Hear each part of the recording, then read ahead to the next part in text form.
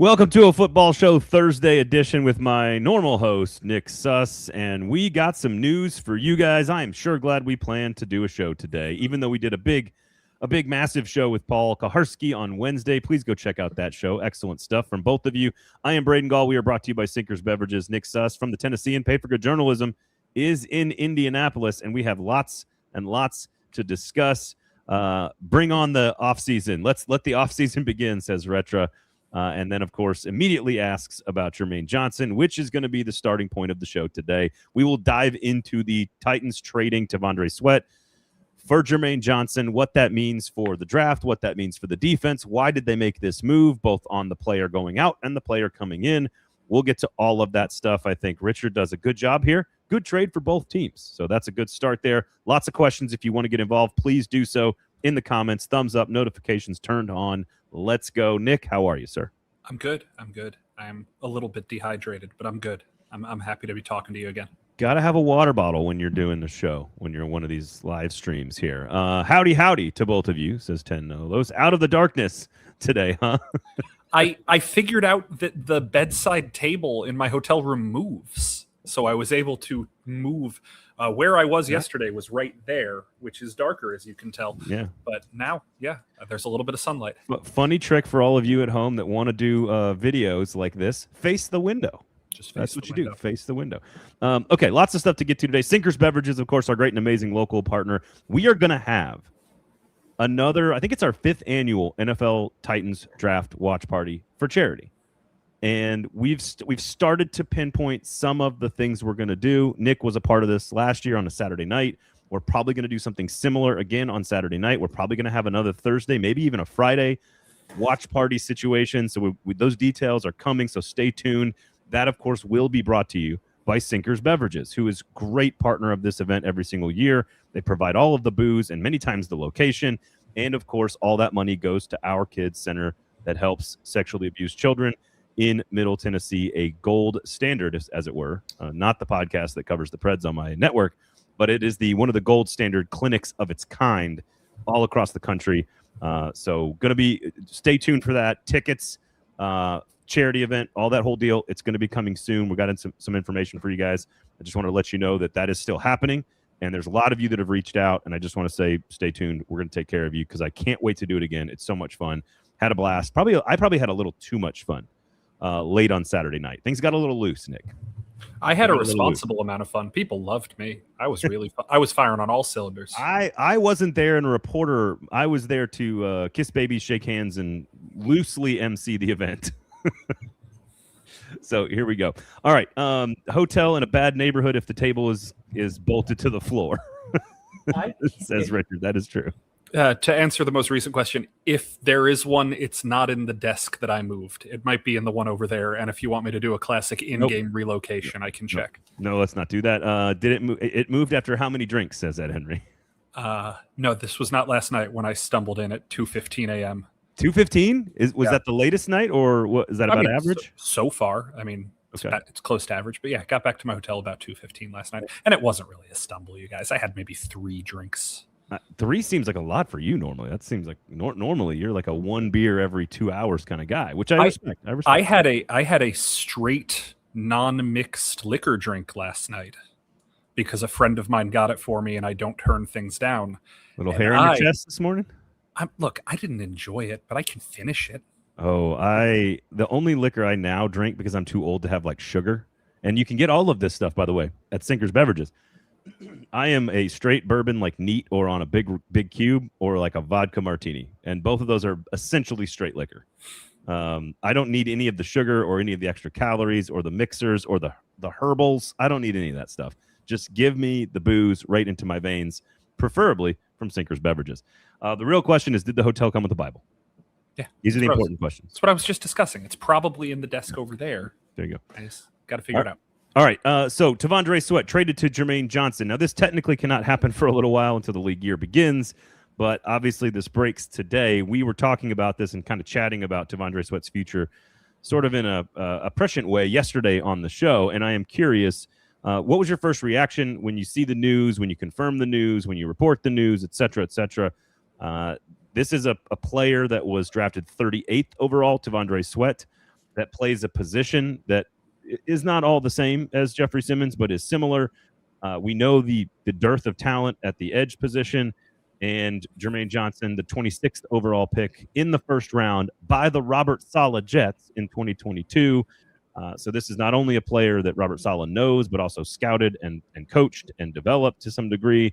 It is clearly a trade from a position of strength to a position of weakness, which makes total sense.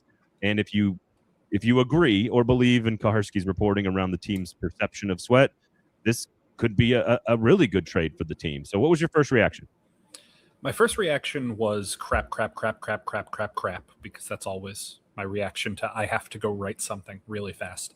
But my first cogent reaction was, look, they traded a player at a non-premium position straight up for a player at a premium position. In my opinion, they got the better player at the more important position. Now, club control is very different. Johnson only has 1 year left on that rookie deal. He'll be playing on a 5th-year option unless the team can agree to an extension. Sweat has 2 years left on his rookie deal before they would have to talk extension. There is some control that kind of evens things out.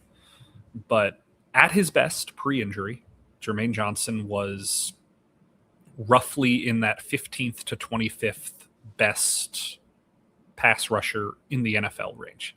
I think his 2023 season, he was 18th in the league in quarterback pressures. I could be off a little bit on the number. I haven't checked in a little bit, but he's a good player. He is a guy who very much, to me, profiles as good enough to be that Odafe Owe or Kwity Paye or whoever we've been talking about as the who you go sign as a number 2 option kind of guy. He has every ability to be that guy. That obviously does not disqualify the Titans from picking a number 1 guy at number 4.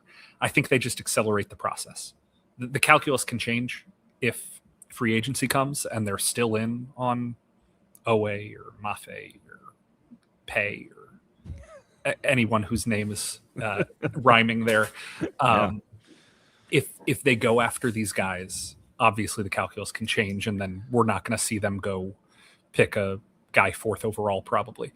But my first instinct was, okay, now you can be even more discerning with where you're spending your money at receiver, at cornerback, at center, at defensive tackle, now that that's more of a need.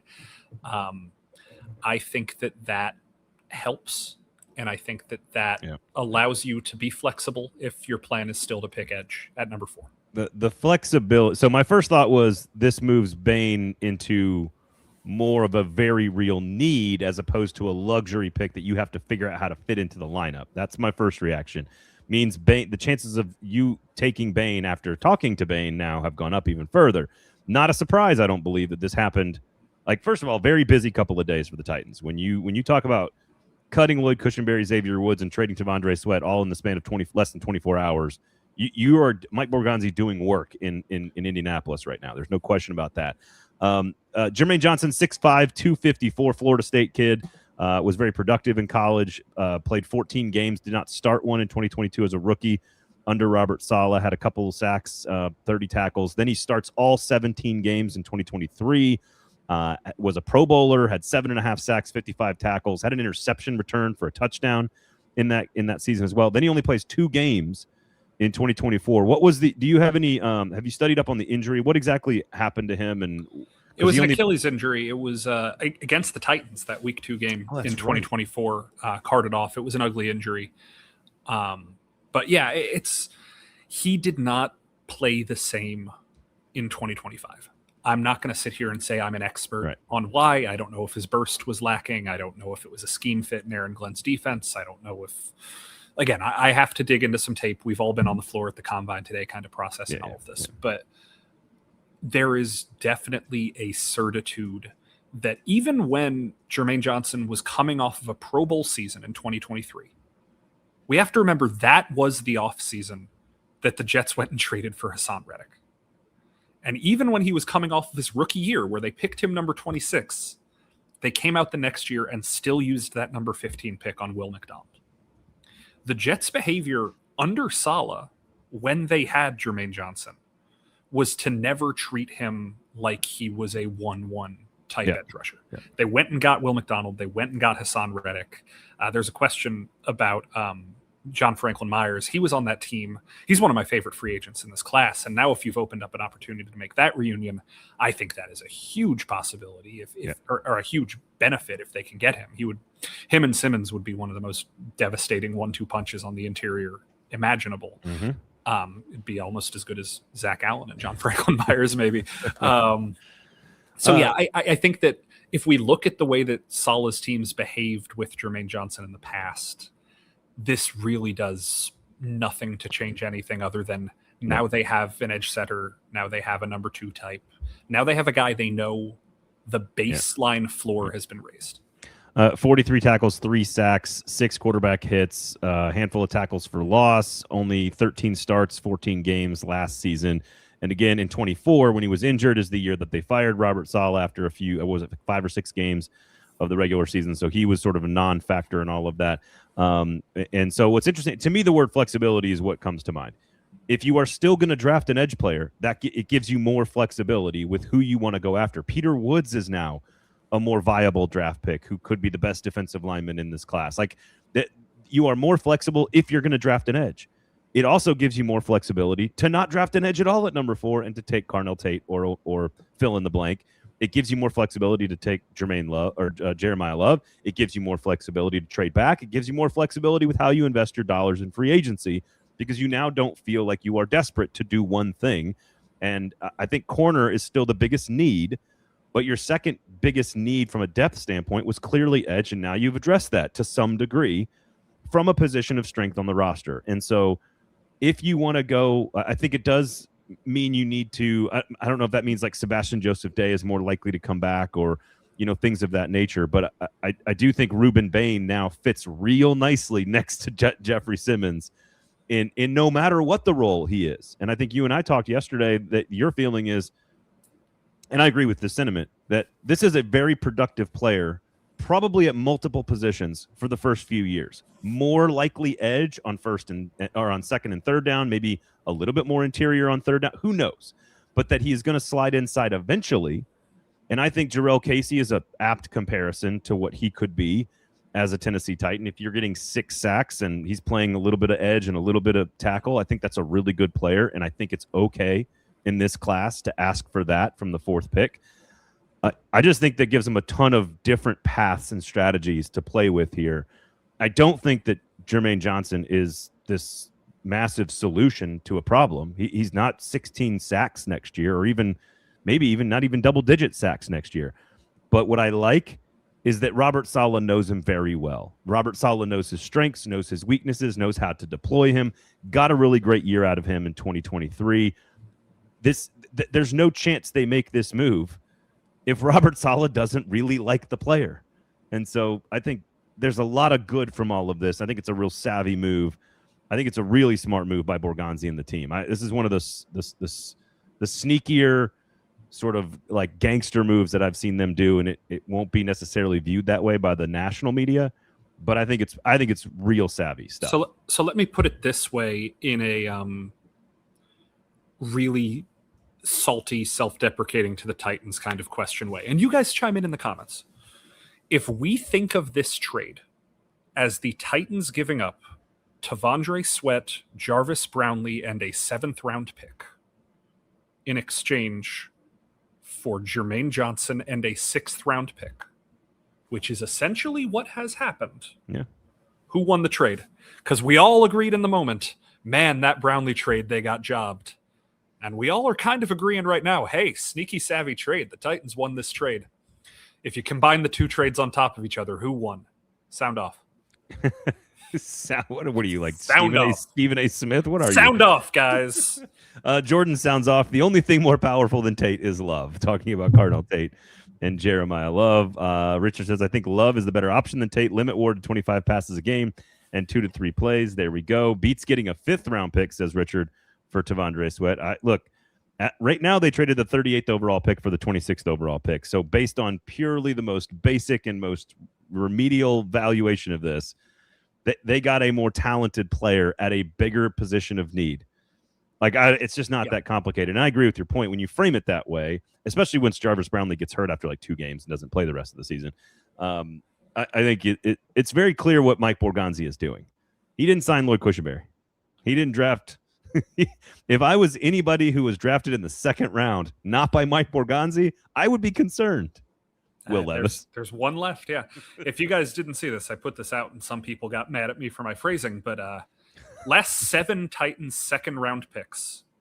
A.J. Brown traded before his 2nd contract. Christian Fulton didn't make it to a 2nd contract. Dylan Radins didn't make it to a 2nd contract. Roger McCreary traded before his 2nd contract. Will Levis replaced in year 2, but still technically on roster. T'Vondre Sweat traded for a 2nd contract. Femi Oladejo switching positions in year 2. We will total see bust. how he can survive. He's a total bust. He's switching positions. He's a total bust. Do you want to talk about that? We don't have to. I'm salty that people don't agree with me that he's changing positions. I think he's changing positions. I think in your nerdy, very technical, very specific definition, absolutely he is going to be asked to be doing different things. Is he an outside backer / end that is a combo position on the football field that's basically the same? Yes. So I think they're wrong because it's the internet. I think you're right. But also, like, this is like peak Nick Suss. This is like I think that it's comparable to saying, oh, a boundary corner and a nickel corner play the same position. Oh, a slot receiver and an outside receiver play the same position. You're right. They're both receivers. You're right. They're both corners. They play different positions. A stand-up edge rusher and a hand-in-the-dirt edge rusher play different positions. That's just my belief. Okay, fair enough. So Eddie says he doesn't agree with you that the Jets got 2 legitimate starting players, and that if Jermaine Johnson has multiple 8 to 10 sack seasons for the Titans, I'd change my tune. I think if he has multiple 7 sack seasons, they will clearly have won the trade. The question is, what do you believe T'Vondre Sweat to be? Yeah, and I think, and he helps any team stop the run. But what else does he do? We don't know yet. And there's also the question of how much better the Titans were at stopping the run with T'Vondre Sweat versus without T'Vondre Sweat. Like, some of the Titans' worst run-stopping games of the last 2 years were games that Sweat was heavily featured, and some of the best ones or some of the best series or whatever were games where he was less involved. That is not to say, like, I can also look at the stats that tell you Amani Hooker being on the field has been a curse for the Titans in the last 5 years. Sometimes there are just weird things that happen. Yeah. There are players who outplay the overall team performance. Yeah. But yeah, I am still a believer that T'Vondre Sweat can be a good football player in the National Football League. Probably shouldn't have been picked 38th overall. Yeah. And technically, he really wasn't supposed to be. One day I'll tell that story. Now the GM is gone and the player is gone. Maybe there's space and time at the draft party coming up for me to tell that story. Sinkers Beverages is going to be the sponsor of that draft party. We've already got a location for Thursday. We've got an event planned for Saturday. We're going to have a lot of fun. All of it's going to be for charity. Thank you to Sinkers Beverages for being a great, amazing local partner. So go shop at the best liquor store in the city, 5-time liquor store of the year. Award-winning craft beer fridge with all the best local breweries, East Nashville Beer Works, Tennessee Brew Works, Yazoo Brewing Company, all the best. Go to one of their tap rooms, by the way, also. Be in community, have a beer, down-regulate that PFC like Nick did until 2:15 in the morning last night. So just make sure you do that. We'll talk about what you learned throughout the course of your week in Indianapolis as well. So Amani Hooker was playing with grocery baggers last year, and people want to blame him. I think that's probably the right way to look at it. LCT says, Femi's going to be the Sam linebacker? You did not like people telling you that he's not changing positions, did you? It bumps me out. I just don't like being accused of being wrong when I think on the very least it's a technicality. Eddie says, I really need to hear that story. The sweat over Fisk will haunt my nightmares till the end of the days. Here's what I'll say. It helps when decision makers are in the room when you're making a draft pick. Just saying that. Here we go. I will die on the hill that we should have drafted Cooper DeJean over T'Vondre Sweat. Isn't he going to be traded too? I don't know. Everybody's getting traded, right? Yeah, that's right. Sign Bradley Chubb to play opposite of Oladejo, and you have a Femi Chubb to on the edge. It's a stretch, Jordan, but I like it. Yeah. I hear what I smell what you're stepping in. I like it. Okay, anything else on the trade you want to touch on? Am I missing something here? Because I think it does. Honestly, I think this is a really good move for the Titans. I think you maximized a depreciating asset, in my opinion, even though I find probably more value in him than some reporters, a la PK. I think you trade from a position of strength to a position of weakness. You create flexibility in both free agency and the draft. You can pick and choose your strategy now a little bit more based on how the draft board falls to you. I just think it gives you more that you can do, and I think it gives you 7 to 8 sacks potentially next year if you can maximize this player's ability. Yeah, best case scenario, you have a better version of what Arden Key's been for you, a better version of what Jihad Ward's been for you, a version of what Jermaine Jones was on pace to be last year before the trade. That is your middle case scenario. I shouldn't have said best or worst. That is your middle case scenario. You're getting a guy who fills a better version of those roles. Yeah, Retro Dak says, is Johnson just an upgraded Arden Key, or should I be more hype about this? I think the answer is kind of yes to both of those. Yeah. Like, yes, he is an upgraded Arden Key, and yes, I think you should be more excited about it. I don't think you need to be like over the moon, but I think you should be excited about it. My immediate reaction to all of this is that they are now drafting Ruben Bain. That's my gut sort of feeling, and that this allows them, if Reese or Bailey go at 2 and 3, or if Bain, like, they can now be flexible with what they take, and that Bain is now much more of a fit along their defensive line with a need rather than an extra piece that sort of you got to figure out how to use him. So that's how I look at it. And it means you don't have to force your way into an edge at 35 if you take a receiver at 4. You can come back and get a corner at 35, or an offensive lineman potentially at 35. So can we say this is good even if they don't wind up extending Jermaine Johnson, says Ed Henry? I think that's a fair question. Yeah, I've been trying to think about that since I saw the question. Yes, I think you can think of 1 year of good production as a stabilizer as you're trying to raise the floor of the team. If he's good in year 1 and then he walks, I still think you owe the credit to the guy who, yeah, I mean, people say there could be a compensatory pick at some point. He'd have to be really, really good to get the compensatory pick. That's based on the dollar figure he would receive in free agency, correct? Yeah, like the Titans didn't get a compensatory pick for Derrick Henry. Let's remember that. It's not necessarily based on how important the player is. But yeah, theoretically you get that, but more importantly, look, you're chasing 7 wins. You're chasing 8 wins right now. You want to stabilize. You want to get yourself out of the basement. Having a good player, even if it's just for a year, that does that. A lot of good stuff in the comments here. Richard says, wonder if Anthony Richardson can play tight end. Requesting a trade from the Colts today. That's an interesting athletic talent that I think will be, for some reason, I think he's going to be in the NFL for a while. And I don't know why, even though doesn't feel like he wants to be in the NFL. I feel like he could be around if he wanted to be at any number of positions. Probably. Okay. Yeah. $11 million for 2026 for Johnson is basically the Draymond Jones deal. Basically a way to get ahead of free agency and get sweat out of the locker room. Win. There you go. That jacket is fire, says Hurricane. That's right. This is my new Nashville SC purchase. Classic Braden putting up the comment about his jacket, but not the comment about my jacket. Okay. I'm not saying you have to. I'm just saying you're so selfish. You're just so selfish. I am. I'm a very selfish person. And now it's going to take me forever to scroll back for the. Nope. Shut up, Nick. Sus with the beginnings of a Canadian tuxedo on today. Do you have on jeans? If you guys are very good, I will tell a story from the Titans' most recent London trip at the end of the show. Okay. That will entertain everybody. All right, good. All right, remind me at the end of the show to tell that story. All right, we'll do that. London Titans trip that will entertain, I assume, about denim. Related to denim. Okay, let's see here. All right, let's hear from some DBs. I've got 7 defensive backs here I want you guys all to hear. It's about a 2-minute combo clip. This is going to be Jermad McCoy out of Tennessee first, Mansour Delane, and Avion Terrell. Those are the top 3 corners in the draft. Then you've got Colton Hood, Keontae Scott, safety Genesis Smith out of Arizona, and Malik Muhammad. I'm not a big fan of Muhammad as a draft pick. Every one of these guys, though, I'm very interested in if I'm a Titans fan. Colton Hood and Keontae Scott stood out to me as very interesting guys to talk to. Yeah. So, but all of these guys are really interesting. So I wanted you to get a taste for how they answer questions. Jermaine McCoy is going to talk about how he didn't play football for a year, and Mansour Delane about his positional sort of flexibility, and Colton Hood about his competitive nature. And so, like, just pay attention. I think it's really interesting. Then we'll come back and kind of reevaluate and kind of evaluate what took place today and last night up in Indianapolis. So here was a bunch of DBs today on Thursday from Indianapolis. The training, and I just felt like myself again. So I made a big impact the year that I played, and I just felt like I was ready.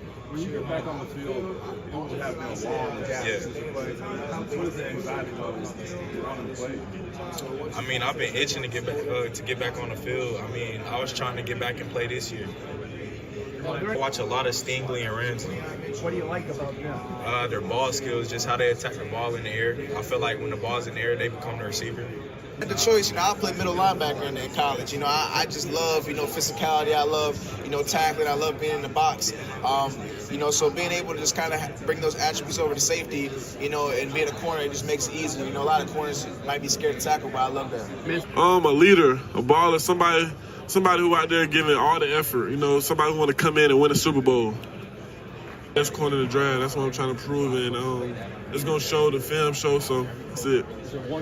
Yeah, I'm just a confident guy. Like ever since I've been a kid, my dad and my uncle, they always competitiveness and confidence. So just being able to go out there and compete and guard the number one guy. Like I think my first start was against Arizona, and we played Tetterow and McMillan. I told my coach, like, I want Tetterow and McMillan. That was my first ever, college start, and I did well. So just that competitive nature that was ingrailed in me, so definitely that.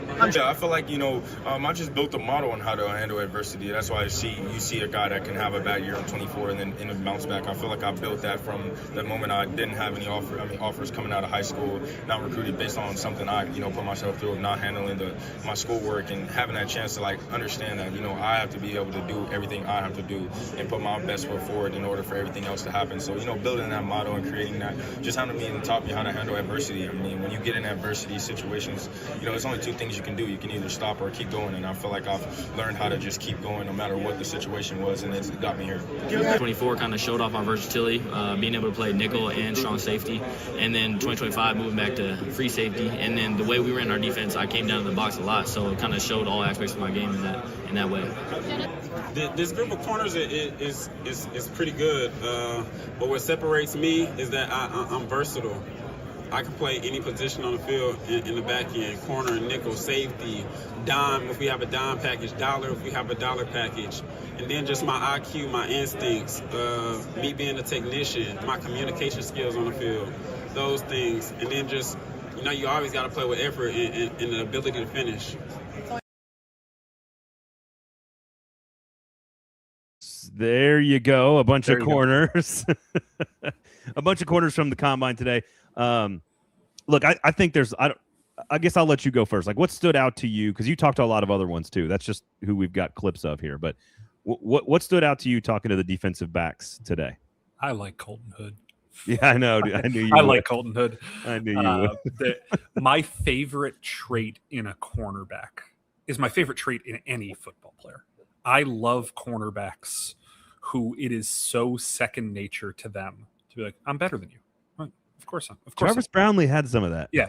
Like I think that I had a really smart coach tell me one time that cornerback is the only position on the football field where you have to be arrogant. You got to be cocky to play corner well.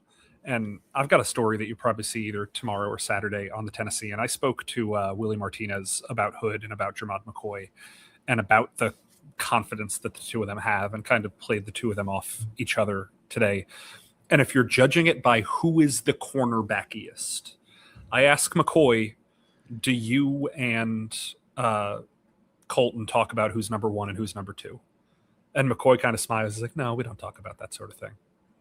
And I asked Colton, hey, do you guys talk about who's number one and who's number two? And Colton's like, I am number one and he is number two. We're the top two, but I'm the best corner in this class. Yeah. And then who was it? Avion Terrell, who's also like, I'm the number one corner.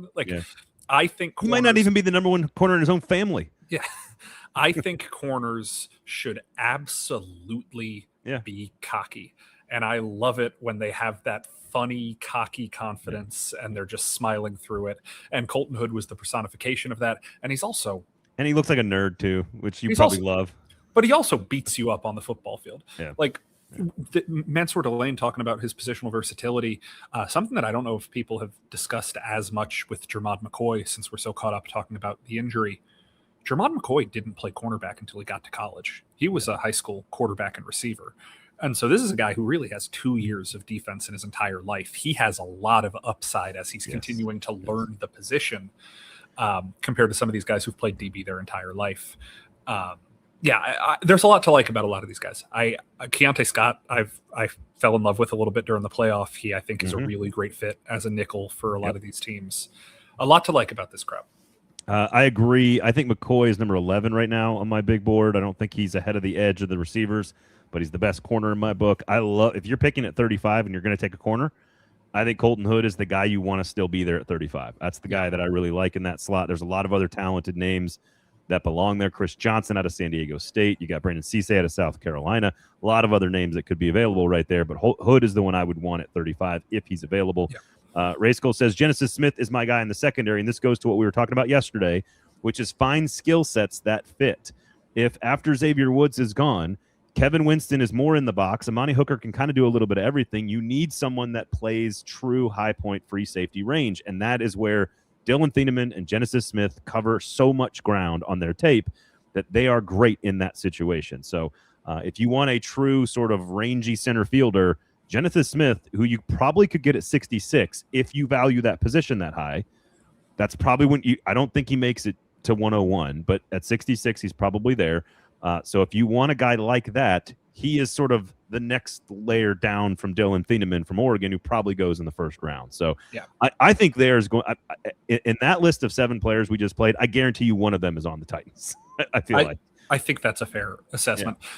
People who've listened to this show since September have known that Mansour Delane is probably my favorite player in the draft. I really like Mansour Delane. I'm not comparing him to this guy. I'm comparing him to my opinion of this guy. I like him in the same way that 2 or 3 years ago I really liked Kamari Lassiter, which is dude who you just can't complete passes against. Yeah. They come to it in different ways, but if you look at the tape and if you look at the numbers and you just watch the games, whatever you want to say, teams could not figure out how to throw in their direction. Yeah. And that should reductively be the most important trait in a corner. And that's why I've got Delane number 1. But again, all of these guys are growing on me. I like Delane at number 2, but I like him in the top 15 for sure, maybe top 20. The problem with Delane will be interesting to see when they run, because that's going to be the question about him is sort of like his raw, pure, like overarching athletic skills. And it's like you watch the tape though, and it's like, it doesn't matter because he's never not next to the receiver. So sounds a lot like Kamari Lassiter. Like whatever it is, whatever route he's running, he is with you. He is next to you, and we don't know how it happens. So we'll see how much he runs. I agree with you on Keontae Scott, and I really love like the self growth there that he's talking about. I know this is all like guys selling themselves, so I get it. But when he says like, man, I didn't get any offers out of high school, and it was my fault. Like there's not a lot of 22-year-olds that can say that stuff. Yeah. So I give him a lot of credit for saying that thing. Malik Muhammad, I think, is a little more of a late day 3 guy. He's the only one on there that I don't think is like a first 2 or 3 round pick out of that group. We've also got some stuff from Caleb Downs, who was talking about being totally positionless, and that's not what the position and the value of the position isn't what matters. It's about impacting the ball and the play.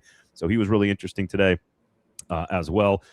Scott is one that I've seen mocked most to the Titans. Rob Nell says, I agree with that. I think 66 is a prime spot to circle Keontae Scott team. And then I think somebody else said something about Logan Jones early in the comments, which we're all on team Logan Jones at 101. We're all there. So. And it wouldn't be me on a football show if I did not report this specifically for a football show. Chris Johnson, the cornerback, has never met nor spoken to Chris Johnson, the running back. I have done some name reporting. He admires him, but no, they have not yet met, in case you are curious if the Titans would draft a second Chris Johnson. If he gets drafted, they're going to meet. They better. And the Titans production staff, of which there are like 11 people, of which you and I know most of them, if you do not put that into place, everyone should be fired. Yeah. I will not call for the head coach to be fired, but I'll call for the production staff to get fired. There we go. Okay. Bustin says, Braden, you already know that I'm the one pushing the Logan Jones propaganda. That is true. Ray School says, Malik is the one guy from those clips that made me like him less after hearing him speak. I don't know about that, but I hear what you're saying. All right. You said, what else did we learn this week so far? Tight ends talk today. If you guys care at all about tight end, I don't think it's a huge, massive need position for the Titans, but I do think that there are some interesting round 3, 4, 5 type prospects who might be worth considering if you already feel more set at receiver in free agency. Never anything wrong with pairing Gunnar Helm with another pass catcher who can stretch the field in the slot. Do you think Chig is coming back? I've kind of been operating under a no. I think he's going to go get starter money somewhere, but like $10 million.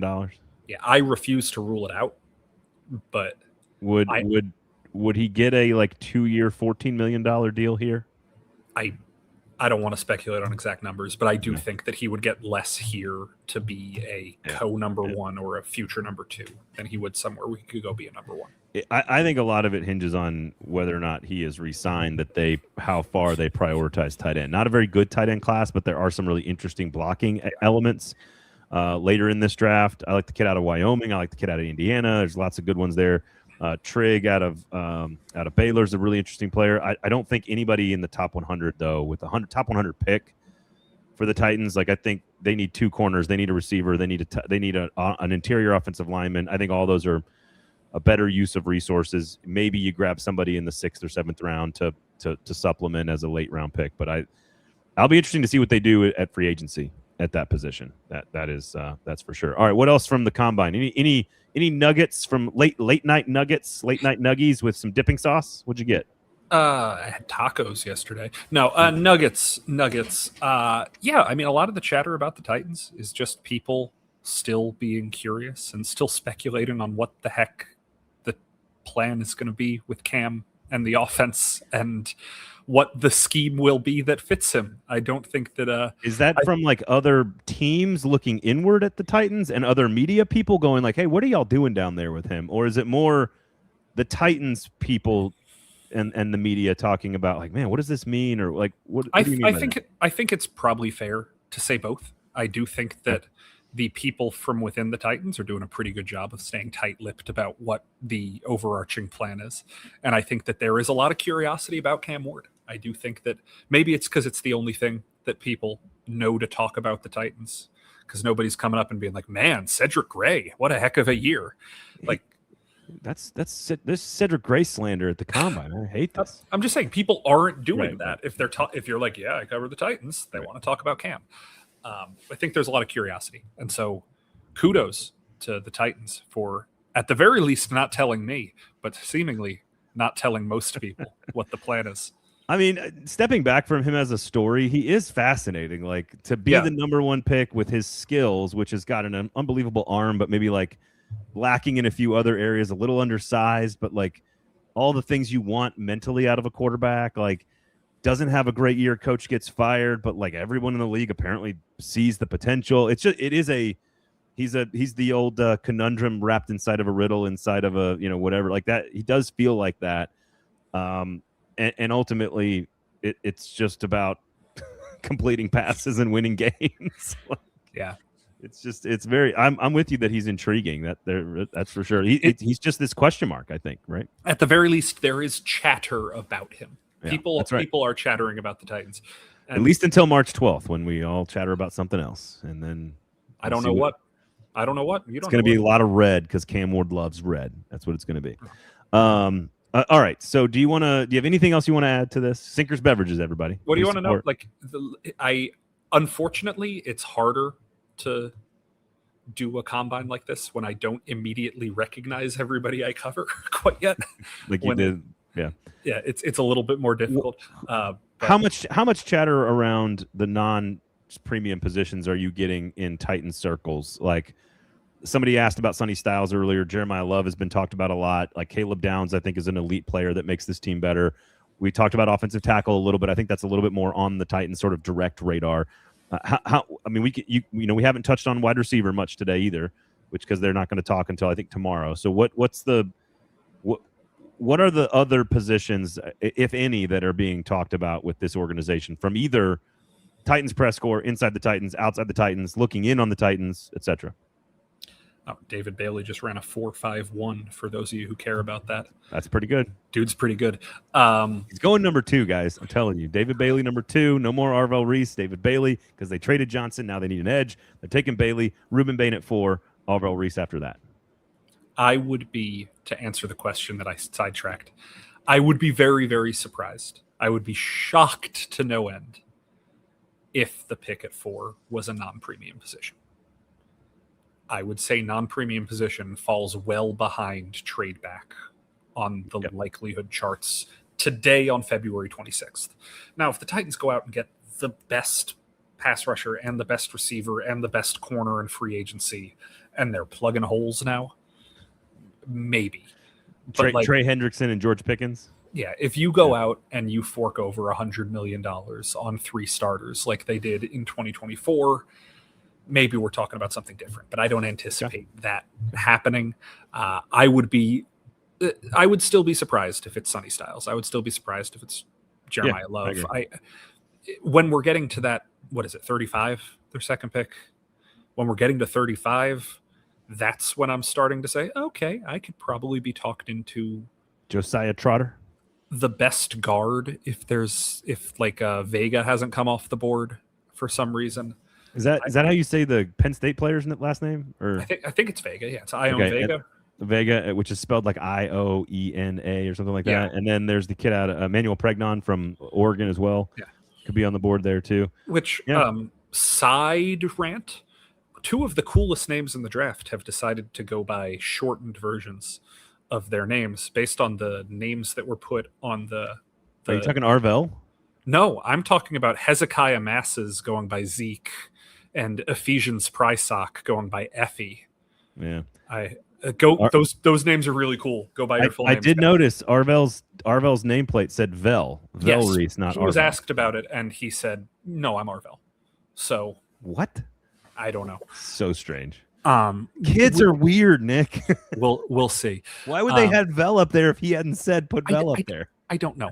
But yeah, if the Titans, this is me 42 minutes into a show just playing fake GM, so please don't consider this reporting. Let's do it. But if you're saving money where you don't have to spend $18 million a year on Boye Mafe or whatever we were talking about at the top of the show, you could theoretically double up on receiver this year. You could theoretically go get Wan'Dale Robinson and Alec Pierce, for example. I don't think you should go get those 2 guys specifically together. That's probably not the best philosophy for roster building. Neither of whom could be available potentially. I think that the way that I'm thinking about this now, this Jeremiah Johnson trade has theoretically freed you up to not have to go massive premium need at 35. Yeah. And that could be a best player available situation. That could be if Thieneman falls to 35. That could be more options are available at 35 now that you seemingly don't have to go spend $20 million on an edge rusher. I agree. Linderbaum or Logan Jones, says Bustin' Diamond. Both are 25 years old, but Linderbaum will cost you much more. We Linderbaum lads. TJ Parker from Clemson, the guy who kind of started the season as the number 1 edge prospect in the draft, is now kind of more of a top 20, 25-ish kind of pick. He just ran a 4.68, and David Bailey's still number 1 at 4.51 with about 3 names left to go, although R. Mason Thomas is about to run, and he should do fairly well. Also, on this drill. While we're talking about TJ Parker, I think he has been lumped in with Terrell and Peter Woods as guys who had hugely down years. TJ Parker still had a pretty good year. He didn't have an All-American year like people expected, but he was much more productive than those other 2 were. I think you could probably put the Antonio Williams, the wide receiver, Blake Miller, the tackle, like all the Clemson players, and I think Cade Klubnik. They're exactly right. I think they're all pretty good football players, all of them. I really like Antonio Williams in the 3rd round. I think he's a really decent pick there. He's been injured, but I like him. I think Terrell, if you trade back to 18, Avion Terrell, Woods, and Parker are really excellent picks there. And if Parker falls to you, if you take Bain and then Parker falls to you, or you take Carnell Tate and then Parker falls to you at 35, I think you take him. I think it's a heck of a pick. So We shall see. All right, you want to tell me, or you want to hear any more 40 times? I could just read you 40 times. Mason Rieger is running for Wisconsin currently. This is the live. Is this illegal? No. Are we violating rights deals by telling you what's happening? Is somebody from the NFL watching the show? Who cares? Does people in the Titans building count? They monitor things, Nick. They monitor things. I just wanted to see what R. Mason Thomas, who I really like at 35, potentially. Had you not drafted somebody at 4 or made this trade, I really like them doing somebody like R. Mason, who's a total kind of DPR off the edge. 6'2 and a quarter, 241 pounds out of Oklahoma. He is a terror off the edge, but he's more the small guy, the wide 9 guy potentially. So we'll see what he runs here. But I am ready for your denim story from London. If I'm stalling long enough to see this, I'll tell it. I'll tell it. I'll tell it. But you guys go ahead and wait for Braden to see this story time, because there's no sense in interrupting it. No. I don't want to do it. Go ahead. He false started. So okay. So somebody asked if it was denim on denim. Technically, I am wearing beige denim pants. Beige denim. Those are some Beyonce bars right there. What are you talking about? And so I did wear a similar outfit, different pants, but denim jacket, beige denim pants when the Titans were in London back in, 23? And I will never forget that. I don't remember many outfits, but I will always be able to remember this because I was at the pub that the Titans hosted their fan get-together on the Saturday night before the game. And I was interviewing British Titans fans about why the hell are you a Titans fan? Very interesting how a British person can become a Titans fan. And toward the end of the outing, I was talking to this man who I will not out what town he is from, but because the story will see. He was from Loxley. He's from that area. He's from Robin Hood's area. Is he from Ipswich? Where's he from? He's from the Loxley area. And I'm interviewing him, and he's talking about his story of why he's a Titans fan. And then at the end of the interview, I go in to shake his hand, and he's like, "Hey, before you go, denim on denim, really cool guy." And I'm like, "Thanks, man. Appreciate that." And he goes, No, you don't understand. Where I come from, you wear denim on denim, really cool guy. And I go, "Okay. Yeah, I really appreciate that." Loxley must be shit must go down at night in Loxley. And so he turns to the woman that he's with. I can't remember if it was girlfriend, fiance, whatever. And he nudges her and goes, "Hey, check it out. Denim on denim." And without skipping a beat, she goes, "Really cool guy over here." And I am so... not a sarcastic way. Like, no, really. they're both being really sincere. And I'm so confused about if I'm being put on. And so I'm like, "Well, yeah, I appreciate you." And I reach out to shake his hand. And he leans in and kisses me on the neck and whispers in my ear, "Really cool guy." And at that point, I kind of realized what really cool guy means. Like, do you want a personal tour of Loxley? I don't know if there was... I don't know what was being propositioned, because all I know is that I am wary of putting on the Canadian tuxedo anywhere in range. Oh, stop. Of anybody. I don't want to... My magnetism, my really cool guy qualities, classic RCG over here. Put you on the Kinsey scale. It does make me wary of the power of the denim on denim. Oh, so if anybody ever calls you an RCG, if you ever get that really cool guy status, you just got to be aware. I'm not casting aspersions. I'm just saying you have to be aware of what people might think. If you were wearing denim on denim in a trailer park in Macon, Mississippi, RCG, are you still a really cool guy? But really cool guy, like with the same implications though. I don't know. RCG though, classic RCG status. Anytime you're wearing denim on denim. George says Braden meets Joe Walsh in London and Sus joins a thruple. I don't think it was a thruple. I don't think it was a long-term commitment. I had a inkling that there might have been a connotation of some swinging going on. Oh hell yeah! I go for it, man. Like that was my guess. But my wife and I had tickets to see Wicked on the West End, and I simply had to leave. Oh, your wife was with you at the time? She wasn't at the bar. No. She was waiting for me. That's definite West Haven signaling then, for sure. Like, that's definitely swinging stuff. No, she was. If she was there, then he's definitely looking. I think the man kissing you on the neck is telling you a slightly different message, which is like, want to join? I'm just saying. I'm with Jason on this one. I never would have guessed that that's how that story was going to go. Yeah. Just smooch on the neck from a British bloke from Loxley. Be wary of the merry men of Nottingham Forest. All right, I'm texting my wife right now. We're going to Loxley on our trip to London. Oh my God! Combine day during the day and Trader's finale at night means good nights in store. Embroidered pineapple on the back of the denim jacket. That Richard, if you know. And I've got to correct myself. I just said Nottingham Forest instead of Sherwood Forest. I know I messed up. Nottingham Forest is also that is a mediocre EPL soccer club. Different things, I know. But yeah, I hope you guys enjoyed that story. If you ever want me to sheriff of Nottingham. If you just want me to do more stand up at the end of the shows in the future, I got stories like this. Weird stuff happens to me. But yeah, most of the time we should talk football. Who did I run along the same lines of when we were in London meeting? No, we didn't meet Joe Walsh. I met Joe Walsh in Nashville. I met Don Henley in London, now that I think about it. My wife and I had dinner with Don Henley. Technically, we sat next to each other. At the Barcelona match in October, who did I run into? It was like a bit. It was, you would appreciate it though, because it was like a sitcom actor in a bit like a really good but like off the beaten path HBO show or something like that. I'll have to remember who it was, but anyway, Sinkers Beverages, Tennessean.com for good journalism, and here we go. This is a good way to end it. Ed Henry says, "I bet Nick ran a 4.5 flat that day." It's probably about right. Just a couple of hours ago, a friend of the show, Matt Stahl, asked me what the fastest 40 time I've ever run was, and it is a deeply sad number. Really? It's like 5.8, 5.9. So I ran very, very slow. When I was a senior in high school, when I was being recruited by like small school, like Tennessee Tech, Middle Tennessee State, whatever. I ran a 4.78 as a wide receiver, which is a very slow wide receiver.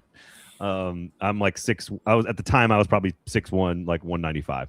And I was a fairly slow wide receiver. And I have used the fact that can I still today say, because that was 1999, like 2000, like right around 2000. Tom Brady ran a 5.1 40 like the very next year when that same year, like 2000, whenever he got drafted.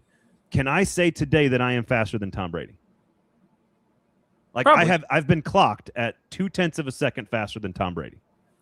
I don't mind you saying it. 26 years ago. I don't mind you saying it. Meanwhile, I have the type of speed that when I was 10 or 11 years old, I hit a double in Little League, and the coach yelled out from the dugout, "Sus, you've got wheels!" And I yelled back from second base, "Square ones!" Oh, I was self-deprecating as a 10-year-old. It was awesome. Man, yeah. My wife doesn't agree with you that I can tell people at dinner parties that I am faster than Tom Brady. She doesn't agree with you. I just don't care if you do. Go for it. Tell people stuff. I also love telling people silly lies that have no stakes. Like I loved growing up that I would just tell people sometimes that I was like second cousins with random bit actors in movies that nobody cared about. Nick, it's just funny. Nick, I'm going to tell your wife you are ready for parenthood, because that's all that is. My daughters still think that I dated Taylor Swift in high school, despite the fact that she would have been 12 years younger than me. Oh, man. All right. Everybody else. Oh, that's right. Ed says you weren't at your best. You were too busy making Madonna videos. If you know, you know. All right.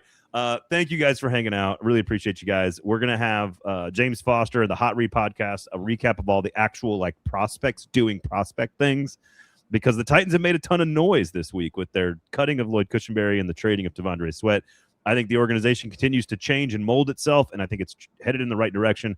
I think fans should be excited about it. Baby steps here, and then we get through the combine, and we'll see what's going on next week as well. So Hot Read coming up on Friday. Thank you, Nick Sush. Safe travels, my guy. Do appreciate you. Appreciate PK and appreciate all you guys listening. Draft party news coming up very, very soon. Other than that, have a great one, everybody, and we'll talk to you very, very soon. Peace and love.